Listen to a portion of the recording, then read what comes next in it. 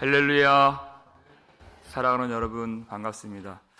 한 주간 썸머타임 데일라이트 세이빙이 시작돼서 좀 많이 피곤하실 텐데, 또 한 주간 또 비가 많이 왔어요. 비가 오나 눈이 오나 어떤 상황에서도 이렇게 하나님 사모하는 여러분을 하나님이 얼마나 기뻐하실까, 그런 생각을 또 하게 됩니다. 하나님께서 주신 은혜를 우리가 끝까지 의지하고 주님 원하시고 또 주님이 기뻐하시는 그 일에 우리가 더 헌신할 수 있도록 하나님이 이 아침에도 힘을 주시고 용기를 주시고 또 위로해 주시고 또 건강도 주시고 축복해 주시기를 우리 주님의 이름으로 축원합니다. 우리가 서로 위로하고 격려하고 또 서로 그렇게 외쳐야 할 그런 말을 하나님이 이사야 40장을 통해서 가르쳐 주셨죠. 그것이 곧 주님밖에 없으시다, 그 말입니다. 이 땅에는 주님밖에 없으시다. 그냥 우리가 생각 속에서 주님만, 많은 것들이 존재하지만 주님만 바라봐야 된다, 그 정도 말이 아니라 주님만이 존재하신다는 뜻입니다. 우리가 이 세상을 볼 때 우리가 어찌할 수 없을 것 같은 태산 같은 존재로 보일 때가 있지만은 하나님 앞에서 열방이 아무것도 아니라 그랬습니다. 하나님의 구원의 저울을 한치도 옮길 수 없는, 그것은 없는 것이다. 그건 아무것도 아니다. 하나님의 저울 위에 먼지만도 못한,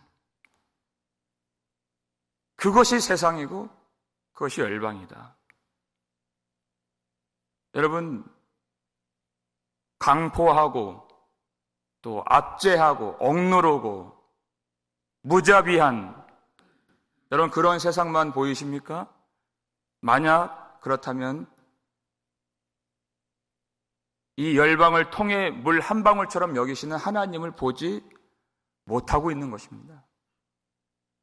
우리가 아무 문제 없을 때는 주님의 높고 위대하심을 찬양하다가도 어떤 큰 어려운 문제를 만나게 되면 마치 하나님이 없는 것처럼 낙담하고 푸념하고 불평하고 두려워하는, 그것이 있다면 그것을 곧 중단해야 된다는 것입니다. 하나님은 그 누구와도 그 무엇과도 비교할 수조차 없는 홀로 영원하신 살아계신 하나님이시다 하는 것이 오늘 말씀인 것입니다. 18절 말씀 읽겠습니다. 그런즉 너희가 하나님을 누구와 같다 하겠으며 무슨 형상을 그에게 비기겠느냐. 아멘. 하나님을 누구와 같다 하겠으며. 여러분, 고대 근동 가나안 땅에는 여러 하나님이 있었습니다. 무슨 말이냐? 그들 각자의 민족들이 섬기는 하나님이 있었습니다. 그러나 진짜 하나님들은 아니었습니다. 이스라엘 백성들을 불러주시고, 아니 온 세상을 창조하신 진짜 하나님, 참되시고 유일하신 하나님의 신명이 무엇입니까? 여호와라고 부르는 것입니다. 그 다른 가짜 하나님들 중에서 진짜 하나님 여호와.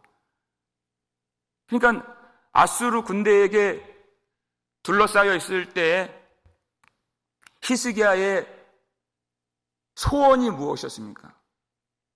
여호와여 이렇게 부르죠. 우리를 구원하사 천하 만국이 주만이 여호와이신 줄 알게 하옵소서.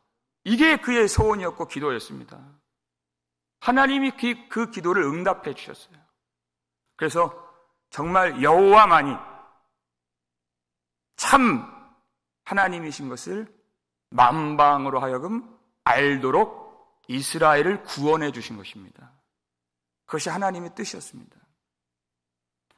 그런 하나님과 이 세상에 무엇을 비교할 수가 있을까요? 그 어깨를 나란히 해서 비교 선상에 올려놓고 우리가 세상을 의지할 것인가?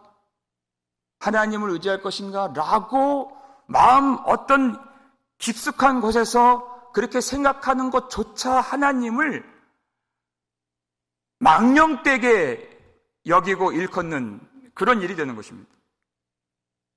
더군다나 살아있지도 못한 돌로 만들고 나무로 만든 형상을 만들어서 하나님, 유일하신 여호와 하나님이 계셔야 할 그 자리에 그 형상을 올려놓는 그런 행위들은 너무나도 가증스러운 것이고 결코 하나님 앞에서 있어서는 안 될 그런 죄악된 행동이라는 것입니다. 우상을 섬긴다는 것이 무엇인가? 19절 말씀을 보시면 읽겠습니다. 우상은 장인이 부어 만들었고 장색이 금으로 입혔고 또 은사슬을 만든 것이니라. 이렇게 되어 있어요. 우상은 누가 만들었다고요? 장인이 만들었죠. 사람이 만들었다는 것입니다. 그러면 우상이 사람보다 작다는 것이죠. 하나님은 열방을 먼지처럼 여기시는 분이신데 그 안에 사람이 있는데 우상은 그 사람이 만든 사람보다 작고 사람보다 무능한 그리고 죽은 헛된 우상인데 그 우상과 하나님을 나란히 놓고 우상을 섬길까 하나님을 섬길까 그렇게 우물쭈물 좌로나 우로나 치우쳤던 그것이 얼마나 어리석은 모습인가. 우상을 섬긴다는 것이 뭔가? 사람이 만들었다는 것입니다. 그러니까 다니엘서 보면 느부갓네살 왕, 예루살렘을 무너뜨린 장본인입니다. 성전을 파괴한 왕이에요. 그가 60규빗 되는 금신상을 만들었죠. 무려 높이가 27m 그 당시. 성전의 길이와 똑같은 그 길이를 높이 세운 것이 금신상이었어요. 그리고서 어떤 명령을 내립니까? 왕이 이 금신상 앞에 절하지 아니하면 그 누구든지 즉시로 풀무불에 던져 버리리라 그랬어요. 금신상 앞에 절을 한다는 것은 곧 누구에게 절을 하는 것입니까? 그것을 만든 이 느부갓네살에게 절을 하는 것이에요. 우상을 섬긴다는 것은 그것을 만든 사람을 섬기는 것입니다.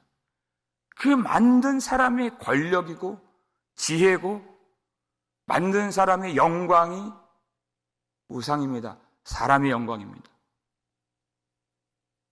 그러니까 하나님이 어떻게 하세요? 그 느부갓네살을 치시는 것이에요.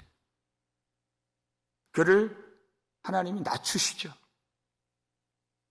한순간에 왕의 자리에서 쫓겨나게 하시고 소처럼 풀을 뜯어먹게 만들어 버리시죠. 하나님이 그 사람을 낮추시는 것이에요. 사람의 영광이었기 때문에. 그리고 7년 후 그 왕에게 총명이 돌아왔습니다. 그랬더니 이 왕의 입술에서 어떤 고백이 터져 나옵니까?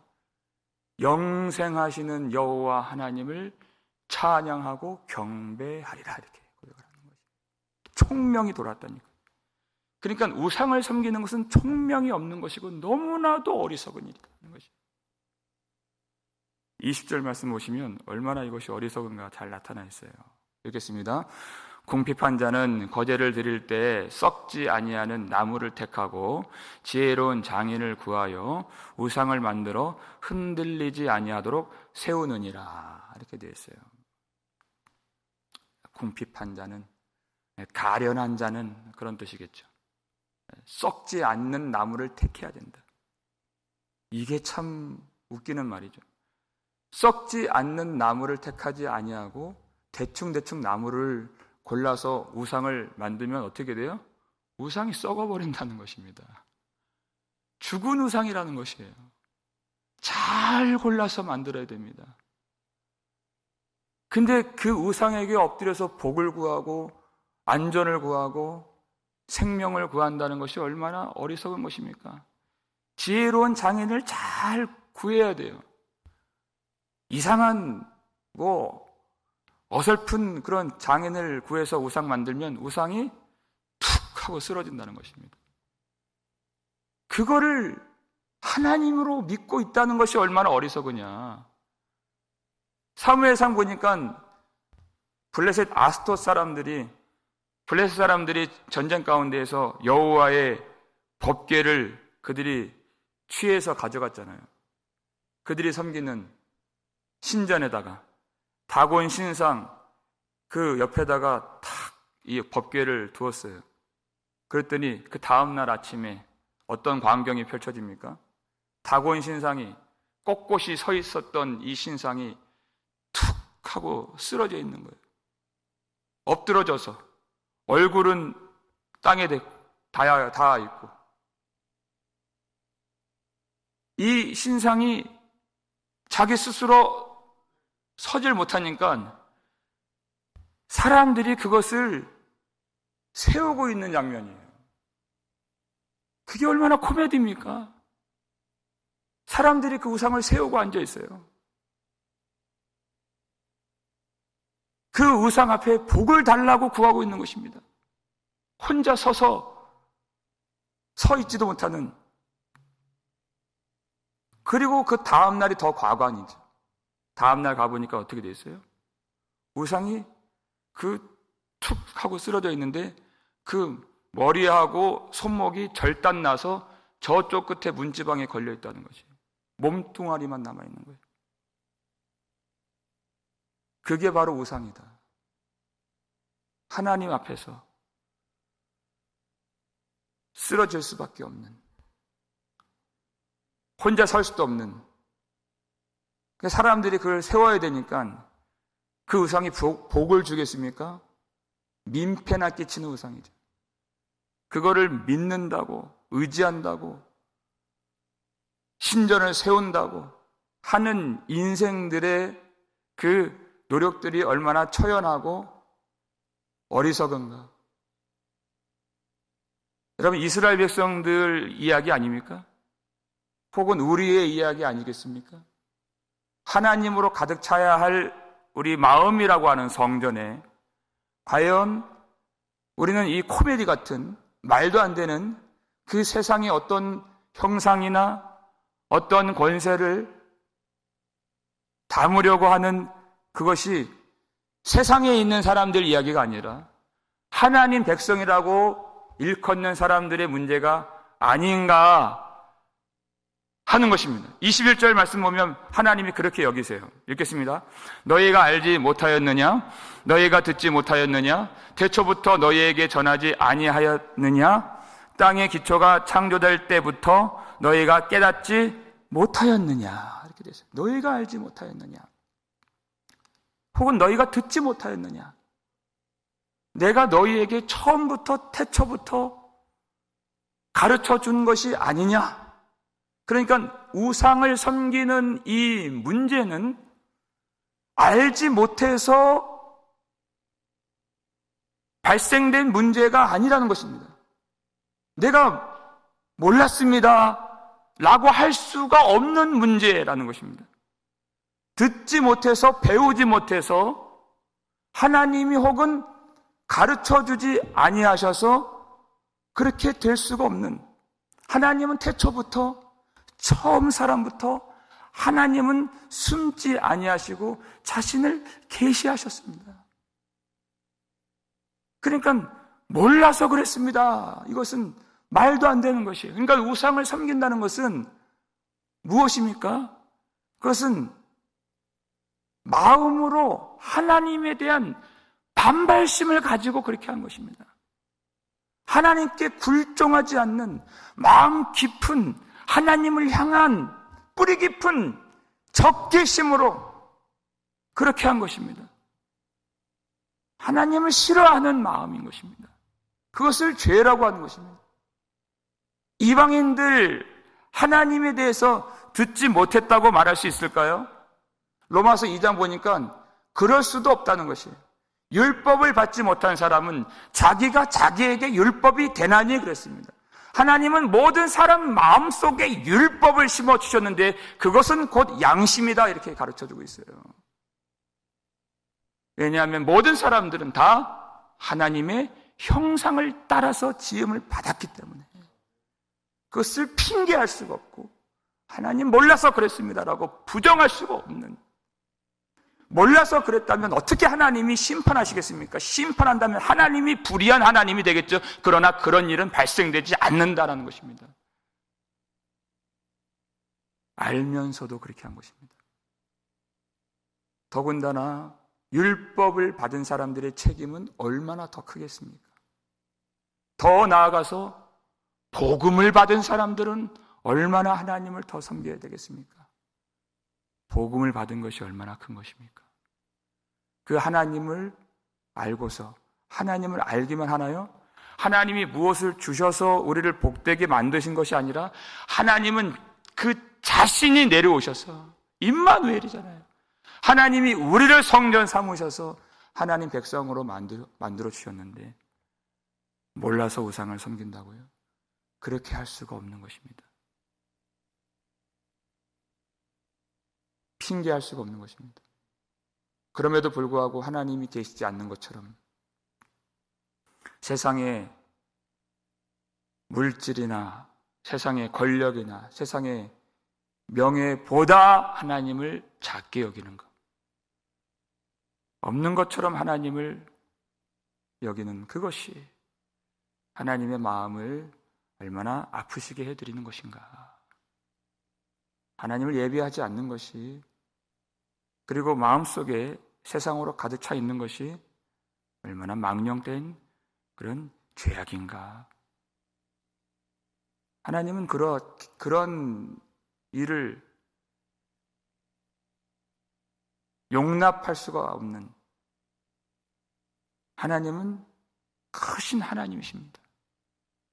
22절 말씀을 보시면 읽겠습니다. 그는 땅 위에 궁창에 앉으시나니 땅에 사는 사람들은 메뚜기 같으니라. 그가 하늘을 차일같이 펴셨으며 거주할 천막같이 치셨고. 사람들이 섬기는 우상, 자기 혼자 설 수도 없어가지고 사람들이 세워야 하는 그런 우상과 비교할 수가 없는 하나님, 여호와 하나님. 그는 사람들이 볼 수도 없고 갈 수도 없는 하늘 궁창 보좌에 앉으시는 하나님이십니다. 하나님은 초월자이시고 하나님은 지존자이시고 하나님은 통치자이시고 하나님은 권능자이시고 하나님은 창조자이시고 하나님은 심판자이시고 하나님은 재판장이십니다. 보좌에 앉으신 하나님. 그분이 보실 때, 그분의 시각으로 보실 때 사람은 무엇입니까? 우리가 볼 때야 무슨 세상 재벌도 있고 권력자도 있고 이 세상을 쥐락펴락하는 어떤 힘 있는 사람이 보일지 모르겠지만 뭐라 그래요? 메뚜기와 같다는 거예요. 메뚜기밖에 안 된다는 것입니다. 바벨론 왕이 그가 군마를 이끌고 예루살렘을 무너뜨리고 성전을 불태웠지만 하나님 보실 때는 그 메뚜기밖에 안 되는 것입니다. 그 하나님이 그를 낮추시잖아요. 여러분, 우리가 원치 않는 교회를 미워하는 어떤 사람이 이 세상 통치자가 혹 된다 할지라도 여러분, 그것으로 교회는 절대 망하지 않습니다. 그것으로 절대 세상 망하지 않아요. 세상 누가 지고 계십니까? 하나님이 지고 계신다는 것이. 그것은 그들이 아무리 권세를 부려도 한 마리 메뚜기가 날개짓 하는 것밖에 되지 않는다는 것입니다. 우리는 그것을 볼 줄 알아야 됩니다. 하나님이 그 귀인들을 패하시며 그랬어요. 하나님이 그 아수르 왕을 어떻게 하셨습니까? 그가 섬기는 니스록 그 신전에서 자기 아들들에게 죽임을 당하도록 만드신 하나님이십니다. 메뚜기밖에 되지 않는 그 세상 권세, 세상의 힘, 세상의 영광, 그것들을 두려워하지 말고, 그것들을 흠모하지 말고, 하나님의 시각으로 세상을 바라보고 믿음으로 하나님을 바라보며 그 무엇과도 비교할 수 없는 하나님을 신뢰하는 것, 하나님이 오늘 우리에게 요구하시는 그 진실한 믿음이 우리 가운데 있기를 주님의 이름으로 축원합니다. 그러한 통치자가 예배도 못 드리게 하고 기도도 못하게 하는, 학교에서 기도도 못하게 하는 이 교회, 이제 교회의 문을 닫아버리는 그런 어떤 통치자가, 하나님의 집을 무너뜨리고 불태우는 그런 통치자가 일어난다 할지라도 여러분, 오늘의 말씀 24절 말씀 기억하시길 바랍니다. 중간에 이렇게 되어 있어요. 곧 하나님이 입김을 부시니 그들은 말라 회오리 바람에 불려가는 촉에 같도다 하는 것이에요. 하나님이 입김을 부신다는 것이에요. 그들은 앞부분 보니까 겨우 심기고 겨우 뿌려졌으며 그 줄기가 겨우 땅에 뿌리를 박자 이렇게 됐어요. 겉으로는 대단해 보이고 겉으로는 태산같이 보여지는 그런 큰 존재 같지만 그 안에 뿌리가 없어요. 그들도 겨우 심겨진, 하나님이 입김 번 부시면 그들이 회오리 바람에 날아가는 촉에 곧 지푸라기와 같은 그런 존재이니, 여러분, 그 메뚜기 같은, 그 지푸라기 같은 그 세상을 두려워하는 것이 맞는 것일까요? 그렇지 않습니다. 하나님은 결코 교회를 버리지 아니하시고, 하나님은 하나님의 나라를 소망하며 기도하며 하나님만 바라보는 성도들의 기도를 반드시 응답해 주시고, 하나님은 바로 그 자리에 하나님을 소망하며 눈물을 흘리며 가슴을 치며 하나님만 바라보는 그 성도들 그 곁에 계셔서 힘을 주시는, 그리고 그 구원을 반드시 이루어내시는 하나님이신 것을 믿으시길 바랍니다. 여러분, 우리 믿음의 눈으로 하나님을 바라봅시다. 여러분, 하나님의 시각으로 세상을 볼 수 있도록 그 믿음을 구하시기를 바랍니다. 세상에 있는 것들이 마음에 담아지지 않도록, 그렇기 때문에 오늘 우리가 기도가 필요합니다. 바벨론이 쳐들어왔을 때 여러분, 예루살렘처럼 우리는 항상 연약하고 우리는 항상 힘이 없고, 예수님이 제자들 보내실 때 내가 너희를 보냄이 양을 이리 가운데 보낸 것 같도다. 이리를 양떼 가운데 보내시는 것이 아니라 양을 먹힐 수밖에 없고, 세상 앞에 큰 소리 칠 수 없고 자랑할 수 없고 내세울 것 없는 부족하고 연약하고 힘없고 정말 아무것도 없어 보이는 우리이지만, 여러분, 하나님 한 분 의지하면서 예수 그리스도 복음을 가지고서 이 험한 세상, 그 무엇과도 그 누구와도 비교할 수 없는 하나님만을 섬기면서 주님 계시는 그곳으로 끝까지 충성하며 믿음으로 나아갈 수 있는 우리 교회, 저와 여러분 되실 수 있기를 주님의 이름으로 축원합니다. 우리 아버지 하나님, 우리를 도와주시옵소서.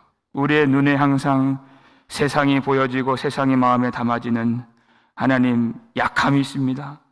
두려움이 있습니다. 푸념이 있습니다.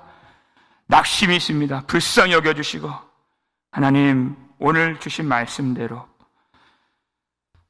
그 누구와 하나님을 비교하겠으며 어떤 형상을, 이 세상 어떤 물질과 권세와 영광을 하나님과 비교할 수 있겠나이까? 하나님, 그 하나님을, 여호와 하나님을 오늘도 알아가며 그 하나님의 영광이 마음에 채워지고 오직 하나님만을 섬기겠다고 오늘 눈물로 결단할 수 있는 우리 믿음이 되게 하여 주시옵고, 창조하시는 하나님, 구원을 반드시 성취하시는 여호와, 모든 만물을 조성하신 하나님, 그리고 심판하시는 우리 하나님만을 우리가 섬기면서 오늘도 하나님이 주신 믿음으로 살며 그 믿음을 가지고 서로를 위로하며 그리고 도와주며 또 이 복음을 외쳐서 하나님께로 돌아오도록 우리 힘써 섬길 수 있는 용기를 가지고 주님만 바라보며 주님의 시각 가지고 이 세상을 우리가 하나님께로 돌아오게 하는 하나님의 종들, 하나님의 백성들, 하나님께서 품어주시고 인도해 주시는 거룩한 성도들, 하나님의 이름을 가진 하나님의 아들로서 살아갈 수 있도록 우리를 도와주시옵소서. 예수 그리스도의 이름으로 축복하며 기도하옵나이다. 아멘.